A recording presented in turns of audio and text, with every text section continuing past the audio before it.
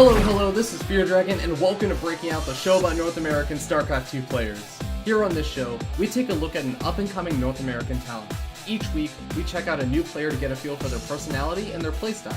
On Thursday, we interview the player to find out more about who they are and why you should care about them. On Friday, we watch 3 of their games as we cover their playstyle in each of the 3 matchups.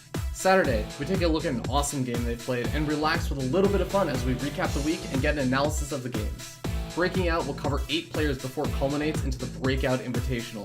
With a minimum prize pool of $1,000, we find out who is the most likely player to break out of the North American scene. But enough of that. Let's go ahead and jump right into it. Hope you guys enjoy the show. And we're live. Alright, let's see. What is my name, age, and race? My name is Evan Kim.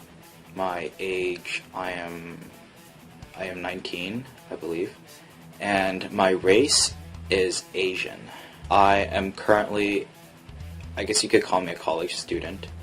I'm taking some classes at a community college right now, so it gives me time to play a lot of StarCraft. Tell us the most interesting fact about yourself that you can think of. I guess I've been practicing for a couple months, so you're not just born with it or anything. It takes practice to be good at anything. I can sing at really high voice, at a high voice now. Probably because I've been listening to a lot of female singers lately and I try to match their tone. Yeah, like high like that.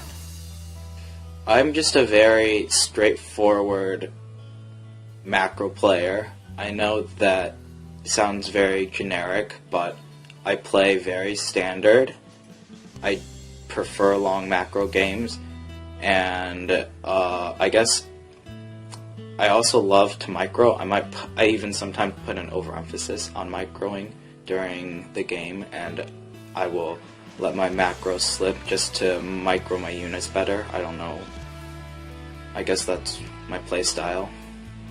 Well, alright, so last season, I remember when this was going on, and I didn't think I was ready because when I saw the player list, I thought there are a couple notches above me.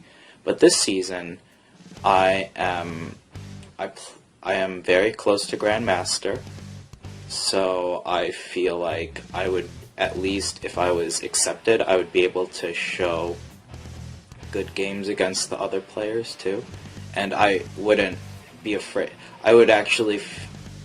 I feel like I would have a good chance of winning as well, and not just getting knocked out in the first round because of where my skill level has progressed to these past couple months.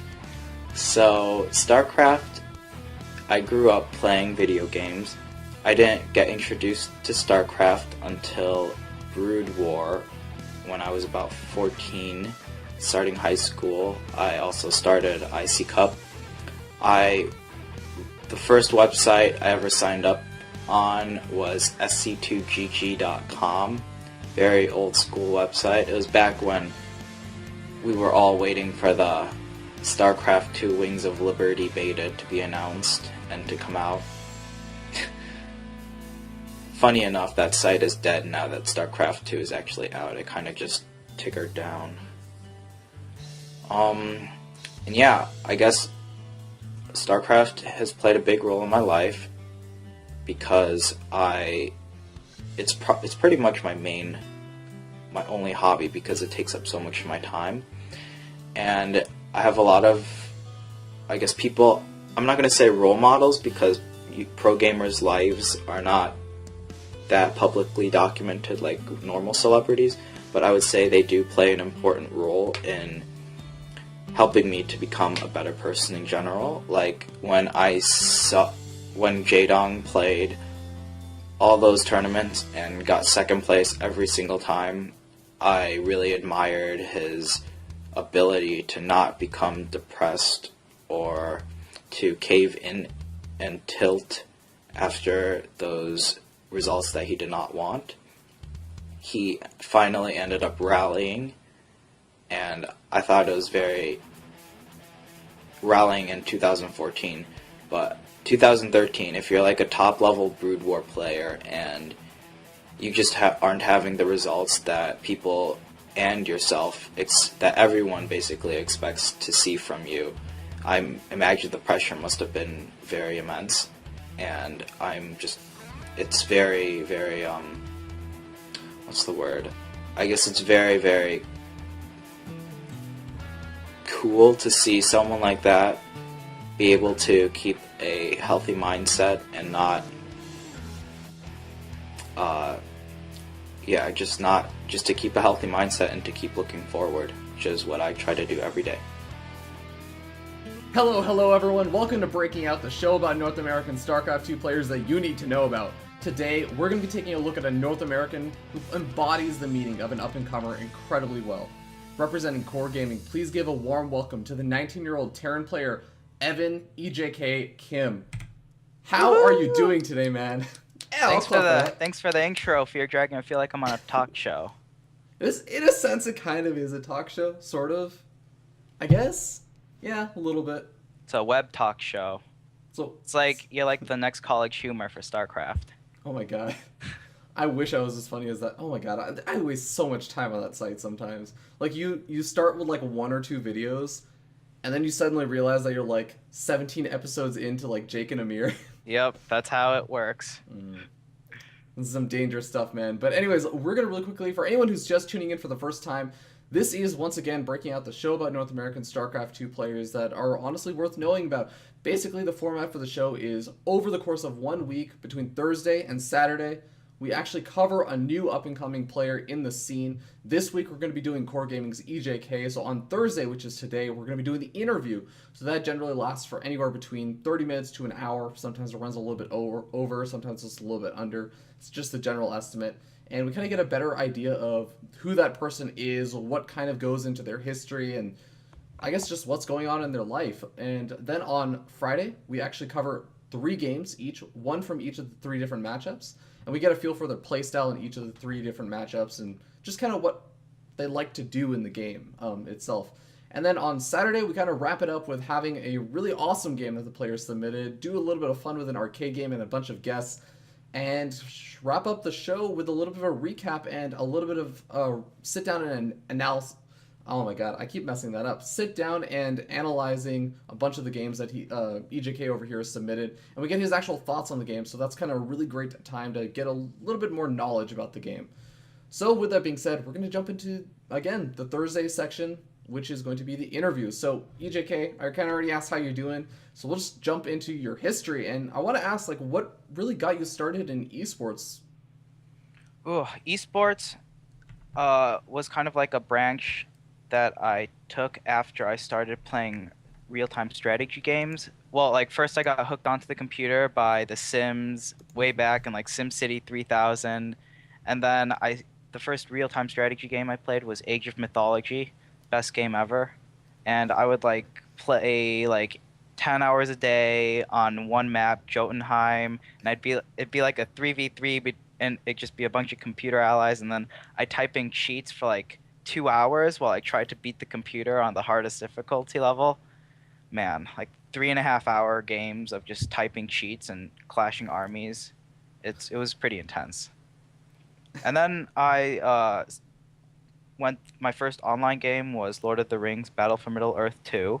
I played that for a couple years, and then I got introduced to StarCraft Brood War, and I played a little bit on IC Cup, and then I joined StarCraft 2. I think about a year after it came out, because I was one of the unlucky people who never got a beta key. So I was really pissed at that. So I kind of like played Heroes of Newerth for about a year before I switched to StarCraft.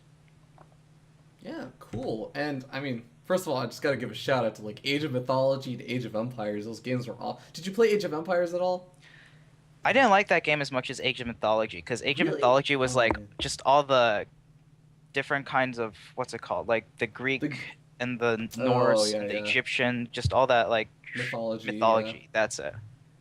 Yeah, and I guess you also got like all the god powers and everything, which is like an added bonus. That was a ton of fun. There was this one cheat called Wrath of the Gods where you get like thunder, a tornado, an earthquake, and then something else, and you get to like use it unlimited amount of times. Oh my god, that's ridiculous. I just remember Age of Empires, and I would say, "How do you turn this on?" And I get a bunch of like random. Oh my god, I can't even remember what type of car it was. It was like a Viper or something, and it shot like BB gun bullets and just massacred people. Have you ever played the game Empire Earth? Oh, It's I've kind of like an heard Age of about that. Mythology, Yeah. except I felt like it was a bit more freeform, Hmm. and I actually don't really come to think of it. I don't really remember much about it, but I feel like it would be like Age of Mythology, Yeah, or yeah, no, Age of Empires, not Age of yeah. Mythology. It's just funny that you kind of bring that up because I always thought that those games, Age of Empires and Age of Mythology, were like really similar in a lot of ways. But yeah, that's totally fair. I can kind of get where you're coming with that, with the different mythologies and all that kind of stuff. But moving on to I guess the question of what you were saying about Brood War. So when exactly did you get into Brood War and Icy Cup? Give us some like kind of timelines, either like year All wise right, or so how I long before believe StarCraft. the Yeah. first time I joined the forum sc2gg.com. Hmm. Shout out to Radiville if he's still around. But yeah, that was in like December 2007. And so Okay. that's when I really started first playing Brood War, and like I jumped right into the online games and Icy Cup because Hmm. like I didn't buy a copy of Brood War, so I just went straight to Icy Cup. It was like the Yeah. demo version to try or whatever. And so yeah, and there's actually one of the SC2GG casters, Greth SC. I don't think he's in StarCraft anymore, but he casted my first ever online Brood War game with another person. It was like it's Oh my titled the god. worst PvP in history, and it was pretty Oh, bad. But it's really nice to be able to like look back and see where I started and see where I am now. I'm just imagining like photon cannon rushes and like zealots without charge or sorry, not charges, zealot leg speed in the time and all this It was other kind of stuff. actually more like just a 15-minute no rush game. I just took like Oh, we didn't do any we didn't move out of our bases for the longest time, and then it was just it was a very, very painfully boring game. don't worry, man. That's literally like I think the majority of Brood War games for anyone that wasn't heavily involved in like the esports scene and familiar with builds. But that's cool. So then I mean you kind of played on Icy Cup, but what rank did you end up getting? I only got up to C, and that was only for like I literally just got Hmm. up to it, then I played like one more game and then I stopped because I was one of those people who would make a new account Hmm. after they started like losing Oh. more than like 5 games on that account. So I'd have like ridiculous scores like 20 and 5 Hmm. at like C minus level or something like that. But then I just never like after I started like hitting a wall, then I would just like drop lower and start Hmm. over again. It's kind Oh of man. yeah, I guess I didn't really understand how to get better at the game at the time. Yeah, that's fair. And I mean, honestly, hitting C for those of you who aren't really familiar with Brood War and IC Cup, like it was actually people were actually just like celebrated and really happy for breaking out of D, which is like the starting zone. I think I don't know how accurate it is, but I know a lot of people will compare it as getting out of D and like getting past D plus and breaking to like C minus was like hitting masters. So then making it anywhere further than that is like even better. So it's like it's actually pretty difficult to do. So that's actually really cool to hear. But I mean, I guess kind of going back into your back into actual improvement. When exactly did you start really getting better at the game, or was that kind of just you didn't really worry about the esports side and really improving until StarCraft two? Well, it's kind of like I did learn some valuable skills Mm-hmm. when I was grinding my way up to C minus and restarting. Mm-hmm. Like I learned the power of mechanics, and Bisu was like my number one fan play, or Yes. he was like my number one player to watch along with Flash. Flash Mm-hmm. versus Stork GOM GSL Oh tournament man. with just tasteless casting. That was like the first game I ever watched where Flash went for like this carrier build. No, Stork went for a carrier build and Flash went for a Goliath build. And I was just like, this game looks like pretty fun to play, even though I have no clue what's going on. And so like I jumped into it learning basically when I was playing Brood War, I only focused on my mechanics. Mm-hmm. So I learned a very important like how important mechanics can be and how they shape a strategy. But I would only use like one strategy the entire time. And Mm-hmm. it wasn't until I guess like last summer, even like this Oh wow. last fall, like less than 6 months ago, when I really started to understand that you can actually do more than one strategy, and like Hmm. there's a lot of viable ways to get to Grandmaster and stuff like that to the top. Yeah, cool. So it sounds like you did have a lot of things that you kind of learned from your Brood War experience that kind of carried over into StarCraft 2, just Yeah, mechanics wise. yeah. Awesome. So I guess moving into your actual StarCraft 2 experience, you said you got started about a year after Wings of Liberty came out. Is that what you were saying? I think it was like 2011 or Okay. 2012-ish, and I Yeah. started as Zerg for about a year before I switched to Terran. So I Hmm. think I switched to Terran. I know it was like in December, but I can't remember if it was 2011 or 2012. Hmm. And did you feel like you were pretty good at the game, like when you started off, just from your Brood War experience, or did you not really kind of take it too seriously until much later on? I always thought I was pretty good at the game. I guess just call it a cocky attitude.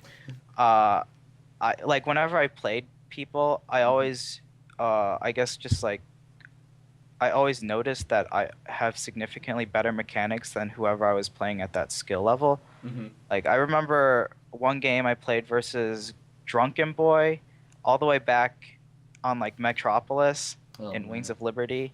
And I basically just won that game with Zerg based on the fact that I almost never missed any injects and I was just on top of all my splitting or and my microing and macro. Hmm. And do you still feel like your mechanics are like one of your strongest suits? I guess. Probably. I think Hmm. it's also what separates one of the big things that separates Koreans from foreigners Hmm. because Koreans also like to emphasize being able to execute a build Hmm. right rather than having a myriad of different builds to choose from. Yeah, cool. So that's actually a really interesting kind of history and how you sort of got into StarCraft 2. How do your parents feel about your involvement in esports? Are they even aware of it? We went through big. There was this like teenager phase where we fought a lot, and I always retreat. The computer was like the one thing that where I could get away from everyone else and just put my headphones on and forget about the world for the when I like got home from school. So I really fought. I fought really hard to keep that, and it's just been a very slow progress. Like they accept it now. They're okay with it. They realize it's something that I want to do, so they're not going to get in the way of things because it's kind of counterproductive. I've always managed to find my way to getting something, even if they try to stop it. So I guess for the most part, I could say they're pretty supportive of me now. Yeah, cool. And I mean, nowadays, kind of moving on to a more current situation, what exactly are you doing for a living? Are you working? Are you a student? What? I take one class at a community college, so I guess I'm a student. Hmm. Uh, I did that on purpose because I wanted to really like that's kind of like to help keep my parents happy.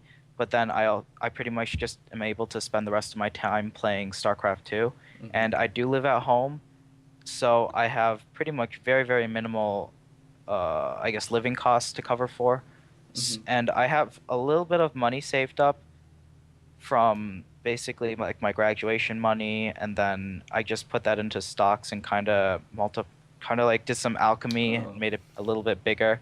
So Hmm. I also have that. That's like it's not really it's more of a passive income. So Hmm. I'm not really like just making $0 just by taking a year off and playing StarCraft. Hmm. So, would you consider yourself sort of full time in the esports then?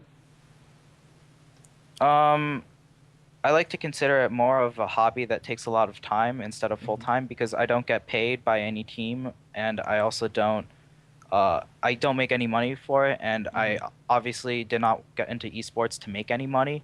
I like the game and I want to be as good as possible at it, so I feel like putting in I guess I play like an average of at least 40 hours a week, like 8 hours a day for Hmm. 5 days, but I usually play like on the weekend too, so it probably can get up to like 80 to 100, not Oh 100 wow. hours, but like 80 hours isn't that hard to do when you're Hmm. playing like 8 hours, 8 to 12 hours a day for 7 days a week. Oh, it's actually pretty impressive. I guess follow up question to like the class that you're taking at community college. I'm kind of curious, like, is there a specific major that you're kind of shooting for, or? Well, after this is all said and done, Hmm. I want to finish a degree in finance, and the school that I'd like to go to is NYU. So, like, Oh, yeah. transfer from my community college to NYU, Hmm. and then finish a degree in finance there and move on with my life. So, I already have like a plan of what I'm gonna do after this, whether Hmm. it works out or not. It's just a matter of when I transition into it. That's good. NYU is actually a really, really great school. But I guess moving back a little bit toward the StarCraft side of things, what do you feel so far has been your biggest achievement in StarCraft? Hmm. Probably reaching Grandmaster. That made me really, really happy. I reached it. I think it's actually 1 week ago from today. Oh, Today, wow. yeah. Congratulations. So I reached it mid-season, and it's the first time I've ever been Grandmaster. I've been playing Heart of the Swarm since the beta in like I think like December 2012. So it's been almost a year since the game came out, and I finally hit Grandmaster. So yeah, that's pretty much my biggest accomplishment. Well, that's a pretty awesome accomplishment. How has it been, like, being such a recent up and comer? I mean, I have to say, for the most part, I haven't actually seen too much of you in the scene until very, very recently. What kind of like difficulties have you kind of faced trying to break out into the scene? Well, I never really wanted to break out into the scene. I feel like it's kind of counterproductive to try to um do commit time to breaking or like getting yourself known rather than actually just practicing and getting better, because if you Hmm. look at it, people that break out are like the players that reach WCS Premier Group, and they Hmm. had like no previous advertisement before, but like after they reach the Premier stages, then like people just kind of know who they are and they start to pay attention to them. Like you get your own stream featured on Team Liquid as well in Hmm. that little sidebar. So I think that's like the best way to break out based on like just on skill. Hmm. For the most part, though, I haven't really. I guess like I start. I took last week off because I reached Grandmaster. Thought I'd take like a week off for a little break. Hmm. So I wasn't playing StarCraft that hard, and I actually started just making some YouTube videos on just like tips and tricks and like Hmm. answers to common questions that other Terran players might have. Kind of like a Day 9 daily, but not exactly the same format because it's a VOD and not a live stream. Hmm. And it's people have been very, very supportive of what I do. Like there hasn't been a single negative comment. Everyone seems to like really enjoy what I'm doing Hmm. and they always want more. So I'm gonna try to like make one video a day or like 1 to 5 videos a week. Maybe not one every day, but just like Hmm. some video, keep producing videos and helping other Terran players get better. Yeah, that's awesome. Actually, that also kind of builds into my next question, which I was going to ask is, what are you kind of doing right now to give yourself more exposure in the scene? But I have seen actually you do some of those. I don't know if it's those videos specifically, but I've seen you live streaming on Twitch, and just kind of being very, very analytical about different games and providing a lot of useful information to people. So I mean, It's ki- yeah. it's kind of like a mix and mash kind of thing because originally someone suggested I start streaming, Hmm. and the streaming part didn't really work well because my computer's processor can't really handle things. Yeah. It's like it's fine to play the game without it, but Yeah. when I start streaming, then it gets overload and it starts lagging, and like then it just gets really annoying to play, especially TVZ because banelings and creep spread really put a damp towel over your computer's processor.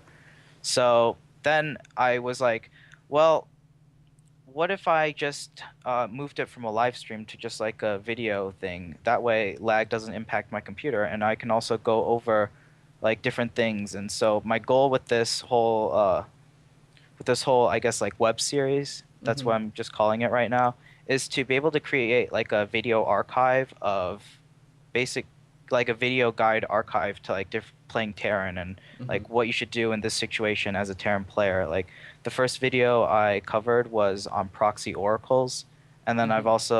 I've also like done analysis on a bunch of Pro League videos like Flash and Marine King Prime, and then my newest video I'm like kind of branching out because I didn't Hmm. really like IEM's performance of the Terran players. Yeah. Horrible.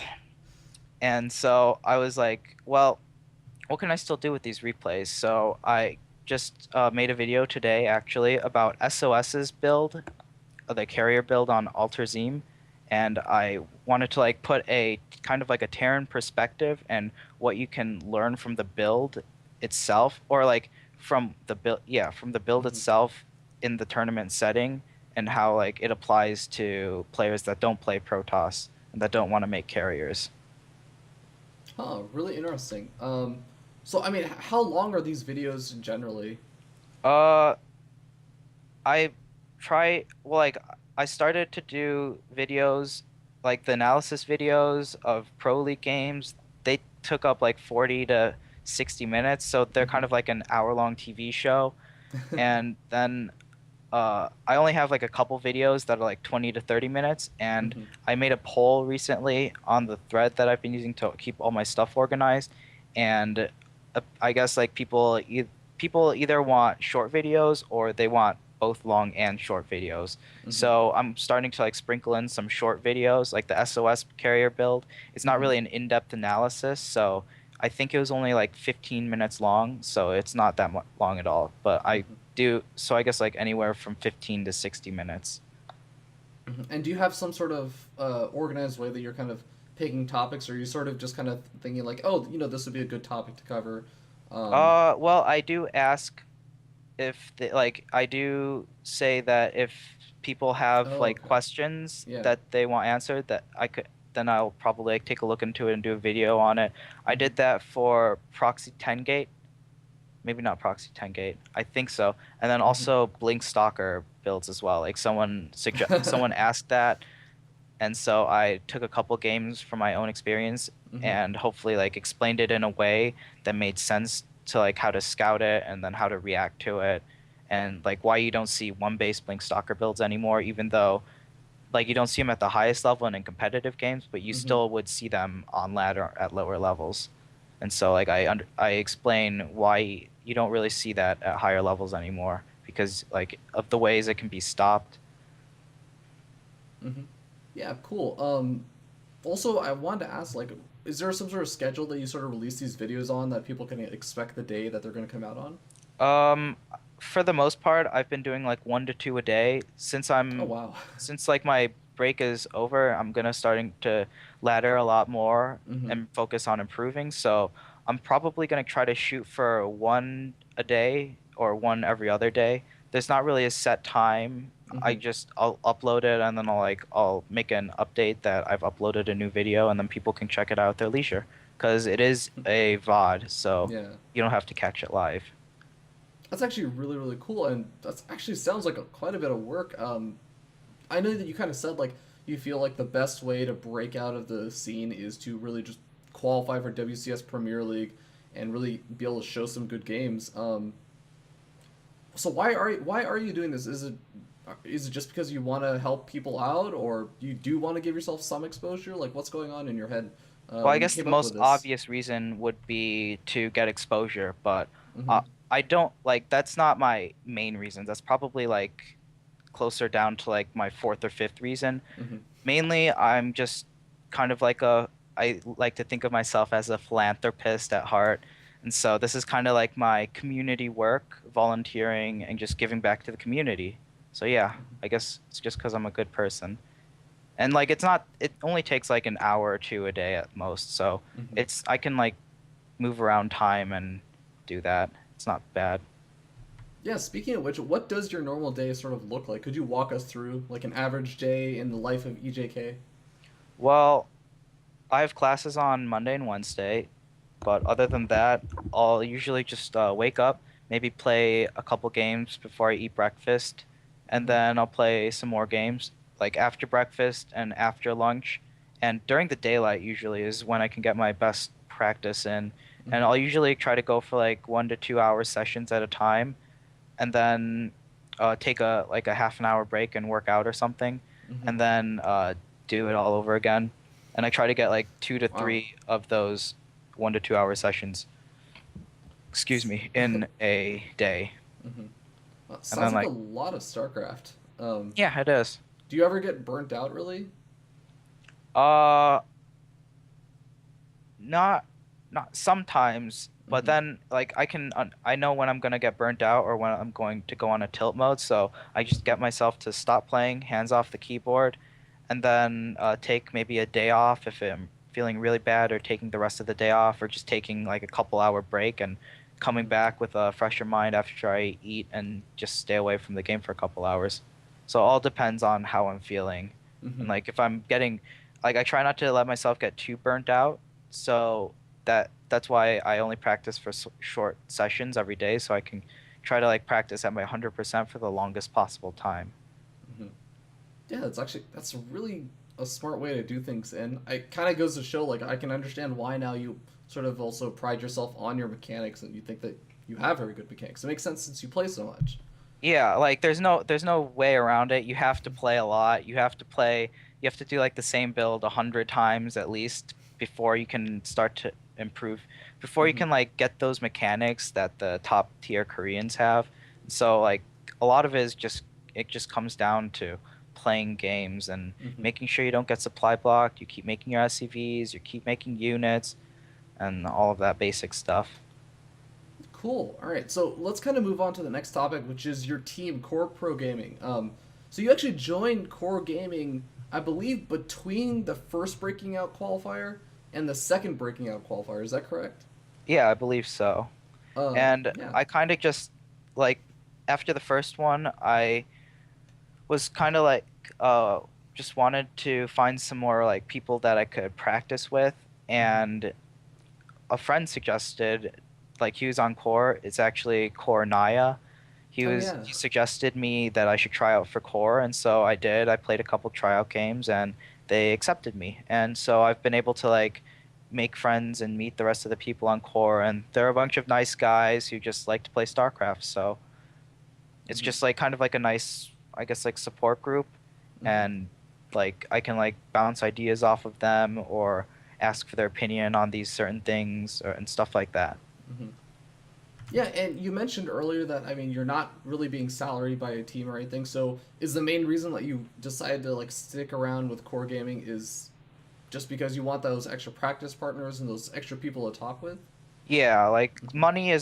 money is not important, and it's not like that. If I wanted to get money, I would get a job or I'd go to college.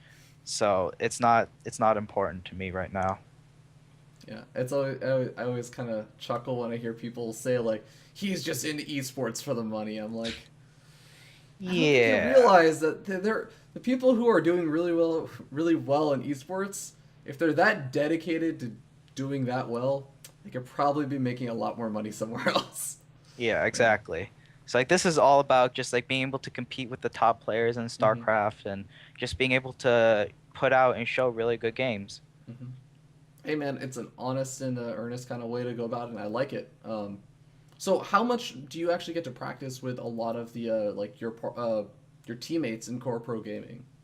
Well, since I have a more flexible schedule, I do base it. It's just basically whoever's on at the time, and Hmm. so I'll just ask if like no, if like they're not busy with schoolwork or Hmm. they don't have real life commitments and they're just on and playing. I'll just ask if they want to play a couple games, and then we'll just play. And Yeah. it's nothing like too serious or Hmm. anything, and it's just like yeah, they're just custom practice games, Hmm. and like that might be like I might mix it in to like do some practice games, maybe stretch my practice session from like Hmm. 2 to 3 hours and then take a break afterwards, or I might like just do like half practice with them and then half practice on ladder. Hmm. But ladder is the best way to practice and get better, I think, because you get what's it called? Like surrounded by a bunch of different strategies A huge that variety, yeah. yeah, there's a huge variety that you can Hmm. learn from. Yeah, that makes a lot of sense. When you're practicing with some of your teammates, is it usually pretty dedicated practice, like practicing a specific thing, or is it more just kind of general, like you're playing some games and trying out different things? It's just trying out new things, Hmm. like maybe like make a couple alterations to a build and we're playing both like a standard macro game or something like that. Hmm. But it's nothing. It's nothing serious at all. Like it's not.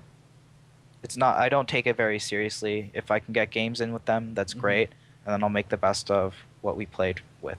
Like if they want to try a different style versus what I'm doing, I'm Hmm. always open to that, and then I get to like see, like one of the Zerg players, Jon Snow, he Yeah. did this Roach Hydra Swarm Host Viper build. Oh my That god. was like, oh, like I don't see it on ladder a lot, but I'm glad I was able to like see what it's Hmm. like because it's really really strong, and I think it's gonna change. Like I didn't like the Hydra switch at all because I knew this was gonna happen. It was gonna make Roach Hydra a lot more popular, and I do not like dealing with it at all.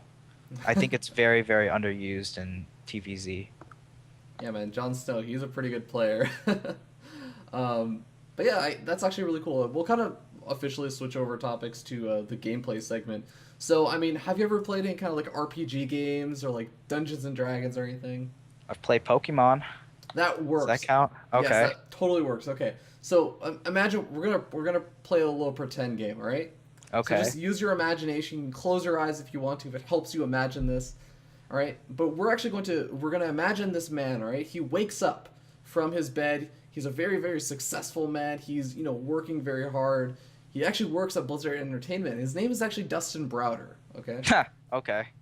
so this very hardworking man wakes up from his bed. Goes takes shower. Polishes his head to make it extra shiny that day, and then he goes to work. Goes to a desk, sits down, and is like, "I'm ready to work on this game that I have made called StarCraft." And he looks at his desk and his keyboard, his monitor, his mouse pad, his desktop, his fan in his desktop, they've all turned into rocks. And Dustin Browner just says, "Well, I can't work on StarCraft anymore." So they actually go find somebody who has a real desktop, and they go and say, "Oh, well, this guy EJK, he's an up and comer in the StarCraft scene, is very hardworking. Puts in a lot of time in StarCraft. Well, let's just replace Dustin Browner with him." So now EJK, Evan, you are now the new replacement for Dustin Browder. You can change anything you want about the way that Blizzard runs StarCraft.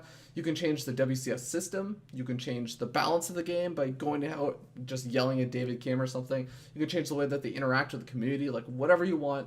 What do you do with this newfound power? Well, first, I throw a big party at my new house that I bought with my salary, and I get to meet all the Blizzard employees, find out they're all great guys and that they're trying their best to make the best possible game. And then I would say I would get rid of Hearthstone, but that's too severe. So instead, I just like focus more on Heroes of the Storm. I can't wait till that comes out. It looks like a really fun, casual thing to play. Mhm. And like I play Dota 2 on the side as well for fun. So I'm under the impression that Heroes of the Storm's gonna be similar to like Dota and League of Legends style, Mhm. right? Yeah, it's gonna be like a MOBA style game. Yeah, yeah. So that's cool. That's cool. Maybe try to get that out as fast as possible. Hmm. And then as for the game balance, I don't really have any complaint. Oh, I don't have any complaints as a Terran Hmm. player playing any matchups. But I do not like PVZ at all. I think that matchup is very boring to watch. I watched Jadong versus Hasuobs on Heavy Rain. It was like a 1 hour PVZ game, and Hasuobs just camped around, moved his army back and forth, made 25 Tempests, and then just slowly killed off Jadong's army, and that was just very, very, very not even like exciting. It was just boring to watch. Like that sort of thing happens in mech games and TVZ, Hmm. but I feel like the Terran has a lot more options to be aggressive and to push back swarm hosts and spore lines with like siege tanks and stuff. But there's like nothing a Zerg can build that can actually counter a Protoss Sky army, or like once Protoss gets that death ball, it just becomes a big stalemate. So I Hmm. definitely want to look more into that to make the matchup more exciting and more lively. I feel like it's kind of dying. Hmm. Okay, cool. Would you make any changes to the WCS system as it is right now? Uh, no, I think that's fine.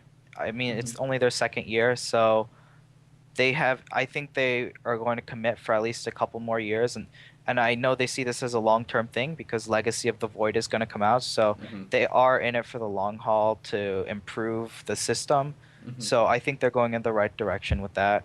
And obviously more prize money if they do have any. But like I Yeah. understand that you can't always just shift resources into prize money. Hmm. Yeah, makes sense. And yeah, I think that's pretty much it for that question. So we'll kind of move on to some of the stuff that's more directed toward you. What exactly do you feel are some of your strengths and weaknesses in your actual gameplay? Because I know that in your application video, and we kind of talked about it a little bit before, that you said you really enjoy your long-term macro games, but you also said that you actually enjoy a lot of micro, and sometimes that you even neglect your macro a little bit to focus on the micro. Does that mean that you just enjoy like long-term games that go into like end game engagements where the micro is really important, or like what does that exactly does that mean? Well, uh, I did pick I picked the replays based on this in mind, so I could Mm-hmm. like when we do go over the replays, I can kind of like highlight these like micro situations that I do like, Mm-hmm. so it'll be a lot easier to like to talk about once we do go over the replays. But for the most part, I guess to like put it in different words, I like to play along or like a regular game where you get to like 3 to 4 bases, optimum saturation, so that you can make a big death ball army. But I also like to do things like drop around and just like clear Mm-hmm. creep and just be really active with my units. I guess you can think of me as like a very strict drill sergeant, Mm-hmm. and I'm like the person who like points, Marine, go over there and spot for me. Other Marine, go over there and take the watchtower. You two, go over to the third bases to check for that. And, like Mm-hmm. I really like doing just small stuff like that, and then microing drops because it's kind of like more one-on-one micro, and it's not Mm-hmm. like just big death ball armies. I guess the only thing I don't really like is the big death ball fights because they're so it's so easy to make it go one way or the other. It's Mm-hmm. not you can't really like get a 50-50 engagement off on it and like both players walk away Mm-hmm. because neither of them got the best engagement off. Like you have to basically commit to it if you're going for it. So I Mm-hmm. guess not that's not what I like, not my strength. Yeah. And then my weaknesses is that yeah, my biggest weakness is that I have no weakness, so Oh my god. Oh, that's actually the biggest cop out answer for weaknesses I've heard in a long time. That's cool though. That's fine. Yeah, that's okay. So, going into I guess what you were saying about the small little micro things. So it sounds like you really like to be aggressive with like in the late game with a lot of different drops, a lot of the multi prong kind of aggression. Then, right? I wouldn't categorize it as aggressive, Mm-hmm. more though I would like to use the word active. I think that Okay. describes what I do more. Because Mm-hmm. like I'll be active with my army and I'll try to like attack in as many positions as possible, or like Mm-hmm. I'll move it around the map, maybe split it up into two different armies I and see. just like be active on the map. And if a Mm-hmm. situation arises where I can be aggressive with that part of the army, I will take that chance and like Mm-hmm. try to do it. And like it just like splits it up so there's I'd rather have Mm-hmm. a lot more small battles going on than just one big battle going Yeah. on between both armies. So a lot of looking for opportunities, and doing like Sure. the small things, like say sending out an extra marine or something to get a little bit of extra vision in one area, or Yeah, that just kind of like stuff. just really small things like that. Okay, cool. And I mean, could we even just go a little bit even more in detail into like each of the three different sort of matchups? Maybe you can even give us a little bit of a preview of what these kind of games are going to be like that you actually submitted. Hmm. I can't Um, really remember the all the games I submitted, yeah, yeah. like, but I guess for TVT, it has more to do with, uh, I don't know. TVT is kind of like it's the only matchup where I feel like the big engagements are still really fun to do Mm-hmm. because siege tanks and marines are and siege tanks and hellions and hellbats they're just both so mobile. Like there's a static defense with the siege tanks, but you can also be active with the other half of the army that Mm-hmm. isn't take like you can use the siege tanks to take positions and then use the rest of your army to like kind of like reach out and see what they can do with the position that the siege tanks established. Mm-hmm. And then in TVP, it's kind of like my new Parade push matchup. TVZ, it doesn't really work with Bio and Widow Mines anymore, Mm-hmm. but TVP, uh, I like to be aggressive, and I like to always like poke in and try Hmm. to snipe off small units and chip away at the Protoss army. And then in TVZ, um, I like to be aggressive with both mech and bio. Hmm. Well, not really aggressive. I guess active is it's still like a better word. I Yeah. think that fits what I like to do, and I just like to be proactive with my army on the map, Hmm. and also like even if I'm like in a defensive positioning going mech, then I'll still like try to scout around with Hellions and just Hmm. like send a Hellion into his main base instead of scanning to like see the hive tech timing, or just like sending some Hellions to his fourth base to just like poke at him and kill a couple drones and see what his unit composition is. Just like really small things like that. Hmm. Yeah, cool. And I also kind of wanted to ask, like, kind of moving away, or wait, did we cover TVZ? Yeah, we did. Yeah. Okay, yeah. Yeah. Yeah. So I wanted to kind of ask, like, in terms of actually practicing for these kind of different matchups, do you have any really friendly either rivals that you practice a lot with, either on core gaming or elsewhere? I don't think I'm a good enough player to have developed rivalries yet, Mm-hmm. so I don't really have any rivals or anyone like that I have in mind. Mm-hmm. Yeah, that's fair enough.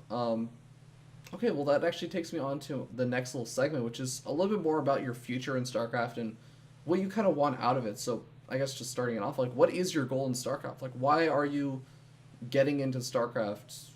What is your ultimate goal? You just want to qualify for WCS Premier League? You want to beat, I don't know, Jadong in the finals of like a GSL like finals? So, what's going on? Well, besides like being financially stable, finding a wife, kids, house, moving to the suburbs, all that from StarCraft, I'd like to, in the shorter term, I guess just like qualify for some major events, maybe go around the world. Like it'd be really nice to go to a Home Story Cup or IEM or even a DreamHack or Asus ROG.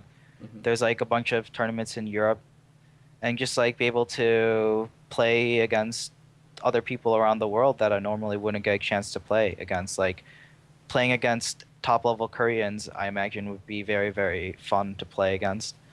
But like no one ever practices on NA, and there's no real NA tournaments where Koreans come to. So like it'd probably be Europe or Korea. Hmm. Okay, fair enough. And you kind of mentioned earlier that you wouldn't really consider yourself being full time right now. If the opportunity did present itself, where you would be able to be salaried to play StarCraft on, say, another either core gaming or like even another team, would that be something you would consider? Yeah, I would consider it. I wouldn't jump ship right away, but Mm-hmm. I would definitely consider it. Okay, fair enough. And you know, other thing is that you've shown like really good games against players like Peely Peely and Cham, even Hendrillus in the qualifier for the actual breaking out. Like, why don't like? I gotta stop you there. My games versus Hengirlisk were horrible. His style kind of just caught me off guard, and I Mm-hmm. also didn't expect to have a TVZ final Mm-hmm. either, because like there were a bunch of Protosses in my Oh yeah. bracket. So I mainly focused on TVP for that week, and he just kind Mm-hmm. of like stomped me Mm-hmm. 0-2 in the qualifier. Okay, well, fair enough. Why don't more people know about you in general though? I guess like I've never really been that kind of a person who likes to be in the spotlight. So Mm-hmm. I guess one of the reasons might be that it's just my personality, and I don't like look for attention or anything like that, and Mm-hmm. I kind of stay low key on like Reddit and Team Liquid. I'm not a major poster. I Mm-hmm. used to post a lot more back in the day, but it's kind of like counterproductive, and it's a time waster reading through pages of threads and stuff. So I just try to stay low key, I guess, and more discreet. I'm not really like trying to push my name out there or anything. Yeah. So I guess Okay. that's why people don't really know about me. That makes sense. And where do you see yourself? Not necessarily 10 years down the line with wife and kids and all that stuff, but just in 2 years, ideally. Let's see, it would be 2016. So I guess I would either be going back to college, or I'd be on a pro team getting a salary and just practicing for different tournaments. Hmm. Okay. Well, that's a pretty solid answer. Straight and to the point. I like it. But that is actually going to conclude the interview. So, I mean, did you have any kind of other closing thoughts or anything that you want to tell everyone? I guess just a little shout out. I guess that's now's the time to do that. Yeah, So shout out exactly. to the core sponsors: Core Pro Design, Sella Flora, Fun Sponge, Jive Link, and Esports Clothing. And also shout out to Justin and Milad. Justin is they both like are in charge of Core, and Justin's Mhm. part of the League of Legends team, and Milad's part of the StarCraft 2 team. Mhm. So shout out to them as well. And shout out to Believe, the best player on Core, Kappa Kappa. So yeah, I guess that's all my shout outs. All right. Well, I hope you keep those kappas in there because you could very well end up playing against Believe, also known as Naya now, right? Yeah. Yeah. As he is also in Breaking Out, so could end up facing him in the Invitational later on. Um, but yeah, that is actually going to be it. And a lot of the links for what EJK over here was kind of saying are actually going to be in the chat if you're watching this over on twitch.tv/FearDragon64. Then just go to the chat and you can click all those links and go ahead and check out EJK as well as Core Pro Gaming. And if you're watching this on YouTube, those links are just below the video, so please consider going ahead and checking those out. And also please consider following the channel over here, again, on Twitch or on youtube.com/FearDragon64 for all the VODs that are uploaded on the same day. My name has been Fear Dragon. We're actually going to be doing some extra, or some games of EJK tomorrow, so be sure to tune in for that at 9 p.m. Eastern and 6 p.m. Pacific. That's going to be on Friday. It's going to be a lot of fun. We're going to get to actually see EJK playing his games instead of just listening to him talk about it. And then we're actually going to get some extra thoughts and analysis on Saturday, so be sure to tune in for that one as well on to get a little bit more information on those games. But that is going to be it. EJK, it's been an absolute delight to have you on for the interview. I'm looking forward to seeing you back on for the Saturday fun or awesome day cast. And yeah, have a wonderful Thursday, everyone. Take care.